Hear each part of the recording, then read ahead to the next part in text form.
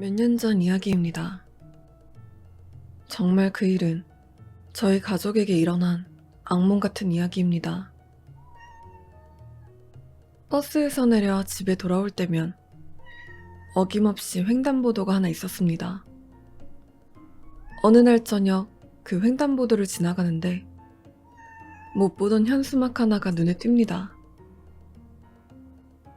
몇 월 며칠 새벽 2시경 횡단보도 앞에서 일어난 보행자 뺑소니 사건의 목격자를 찾습니다. 아, 여기서 뺑소니 사건이 일어났나 보다 라고 단순하게 생각했습니다. 그 당시 저희 동네는 수도권에 있는 작은 신도시라 낮에도 차량과 사람의 통행이 많지 않았습니다. 거기다 새벽이니 목격자를 찾긴 힘들 텐데 라는 생각을 하며 집으로 돌아왔죠. 그렇게 별일 없이 며칠이 흐르고 전 저희 집 근처 횡단보도 앞에서 서성거리고 있는 어떤 남자 한 분을 보게 됩니다. 매일 수많은 사람들을 만나고 지나쳐가지만 유독 그 남자를 기억하는 이유는 며칠 동안 똑같은 옷차림을 하고 똑같은 장소에서 서성거리고 있었기 때문입니다. 다음날, 그리고 그 다음날도 전 같은 곳에서 서성이는 그 남자를 보았습니다. 좀 이상하다 생각했지만 딱히 이상한 행동을 하는 것도 아니었고 거리에서 서성거리는 게 죄는 아니니까 크게 신경을 쓰지 않았습니다. 그렇게 또 며칠이 흐른 어느 날 저녁 누나에게 다급한 목소리로 전화가 왔습니다. 지훈아, 누나가 버스에서 내려서 집으로 가고 있거든? 근데 자꾸 뒤에서 누가 쫓아오는 느낌이 들어. 지금 집에 아빠 계시나? 아빠랑 같이 나 좀 마중 나와주라. 이렇게 말이죠. 가끔 귀가가 늦어질 때면 종종 이런 부탁을 하던 누나였기에 평소 같았으면 아, 왜 오바야? 누나 거울 안 보고 다녀? 그냥 빨리 와. 했겠지만 그날 누나의 목소리는 평소와 많이 달랐습니다. 누나, 전화 끊지 말고 뛰지도 말고 최대한 자연스럽게 행동하면서 집 쪽으로 나와.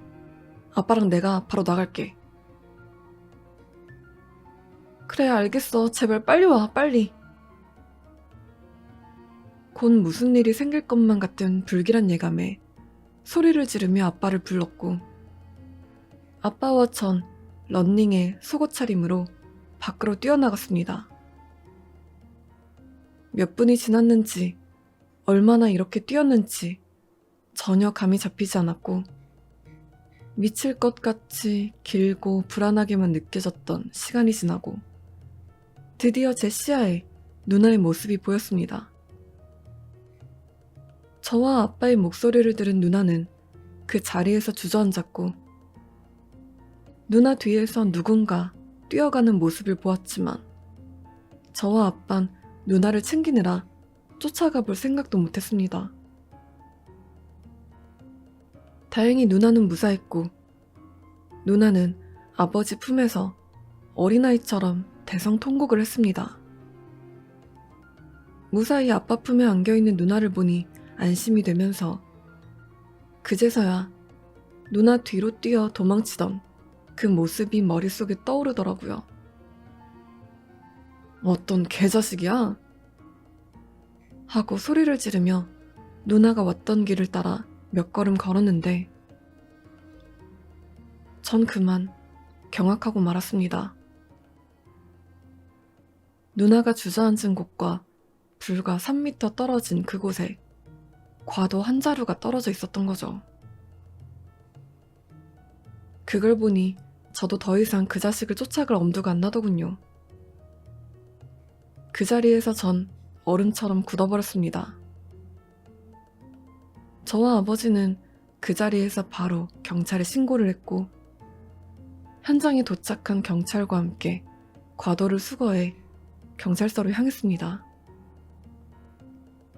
경찰서에서 진술하는 누나 말을 듣다 전 다시 한번 경악했습니다. 몇 주 전 새벽에 친구들과 술을 거하게 한잔하고 집으로 돌아오던 누나는 횡단보도 앞에서 일어났던 그 뺑소니 사건의 차량을 목격한 것 같았답니다. 택시를 타고 집 근처에 거의 다 와가는데 맞은편 도로에 심하게 휘청거리며 지나가는 검은색 차가 한 대 보이더래요. 중앙선을 넘어올 듯 휘청거리는 바람에 그 차를 유심히 보게 되었는데 범퍼가 거의 다 떨어져 바닥에 닿을 것 같고 전조등 한쪽이 깨져 있었답니다. 그렇게 몇 분 후 집에 도착했고 택시가 횡단보도를 지날 때 구급차와 경찰차가 몇 대 있는 걸 보았답니다. 그 후 그냥 잊고 지내다 며칠 후 집 앞 횡단보도에서 현수막을 보았는데 그날 그 차가 떠올랐고 생사람 잡는 거 아닌가 싶어 고민하다가 아무래도 마음에 걸려 현수막에 적혀있는 번호로 연락해주려고 현수막에 다가가 연락처를 핸드폰에 입력하고 있었는데 바로 근처에 서 있던 남자가 자기를 죽일 듯이 노려보더랍니다. 이상한 느낌이 들어 황급히 발길을 돌려 집으로 돌아오는데 그 남자가 자기를 따라왔던 거예요. 누나가 인상착의를 말하는데 제가 며칠 전부터 횡단보도 앞에서 목격한 그 남자랑 인상착의가 똑같더군요. 정말 너무 소름 돋았습니다. 저도 경찰관님에게 요 며칠 보았던 그 남자에 대해 이야기를 했고 집으로 돌아왔습니다. 그렇게 며칠이 지나고 경찰서에서 연락이 왔습니다. 용의자를 체포했는데 맞는지 확인을 해달라고요. 저와 누나 그리고 부모님까지 경찰서로 향했고 제가 본 그 남자 그리고 누나를 따라왔던 그 남자가 창 하나를 사이에 두고 앉아 있었습니다.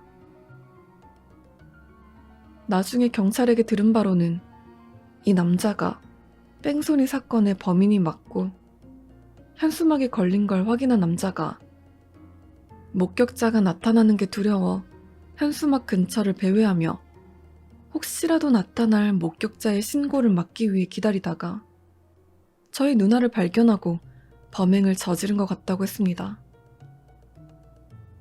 하지만 절대 과도는 자기의 것이 아니고 그저 목격자가 맞는지 아닌지 확인하려고 했지 쫓아간 적은 없다고 발뺌을 했습니다.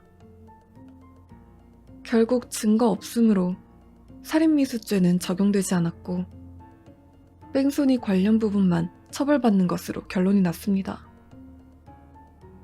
저희 가족은 사건이 일어난 후 얼마 되지 않아 이사를 했고 한동안 누나는 후유증에 시달려 정신과 치료까지 받아야 했습니다.